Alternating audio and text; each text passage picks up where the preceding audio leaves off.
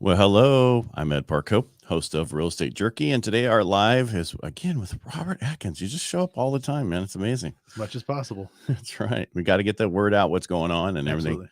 And let's not talk about the war today because, it's not important. It's not Yeah. a war for us yet. Yeah. Lord willing. Yeah. It is making interest rates a little bit better, though.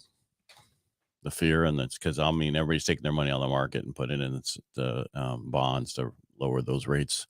Gotcha. I don't think it's going to happen like 9/11 because that was an attack on the United States. It's a totally different world. Huh. But you wanted to ask me some questions today, so I'm going to put you in charge. Move you over there. There you go. That's how you know who's in charge, whoever's on the left. Well, thanks for putting me in charge. I'll try and make it quick. I just had a question that I offer more competitive, and a lot of it has to do with underwriting of the pre-approval. So I just wanted you to discuss that real quick. All right.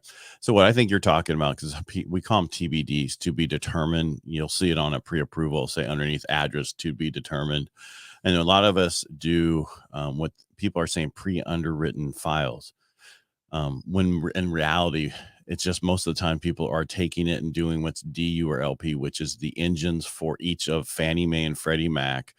DU is direct underwriting, LP is loan prospector, and that's for Freddie Mac. And basically what we do is we put the information in there, it comes back and it says, okay, this is approved eligible or approved ineligible or not, or rejected or whatever. And it tells us and it runs the numbers and it says in there, it says, if you provide this and this, and this all the way through, it's like usually a 2-page thing, your loan will be approved.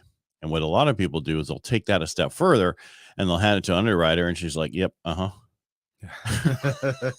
And now it's underwritten. Yeah, then it's because you got to remember, a lot of people don't understand when we get your information, you're in contract, we start the process, we ask escrow for the fees, we disclose, we put it through underwriting, and underwriting comes back within usually 24 hours and says it's a conditional approval as long as you provide these. Same thing as a DU, as the LP from the beginning. And what happens is we ask you for some more stuff. And part of that process is the appraisal and the property. They want to make sure those two things still match and work too, because that's as much as important as the property that you're buying is as important also. Yeah. And people don't realize that. So as much as we say you're good, then you could get a property. And here's an example. Someone had a property where you have the house, but the bathroom was outside the house in another unit, meaning that it was like outhouse, full plumbing, full everything. But sometimes some underwriters don't like that. Some loan programs don't like that. And they need to look at it. So you wouldn't be denied because but the property could have been. You follow me? Yeah, absolutely. Yeah. And that's what people don't realize. As much as, so we got to look. So when we say you're clear to close, that means everything's been written off. Everything was signed off by the underwriter. Everything's done. And the next step is 2 docs. And then you sign. Our loans come pre-funded, which means the moment you sign, it's done. They ask for the wire comes in, it's funded, and then they record it. Where in California, it's a little different. And a lot of companies in California will still have conditions after you sign loan documents to make it a funding approval. We don't have that. We go clear to close. So we do it like you do in other states that are called, you have escrow states and you have wet states, which just basically means the same thing. Once you sign, it's done. Here's your keys. Yeah. And that's how we are. No, I appreciate that, Ed, because, obviously we're, like we've said before, we're coming from a point of educating our buyers, right? Mm-hmm. And there's plenty of TV shows out there that go through the house hunting process and real estate, and they have a general idea.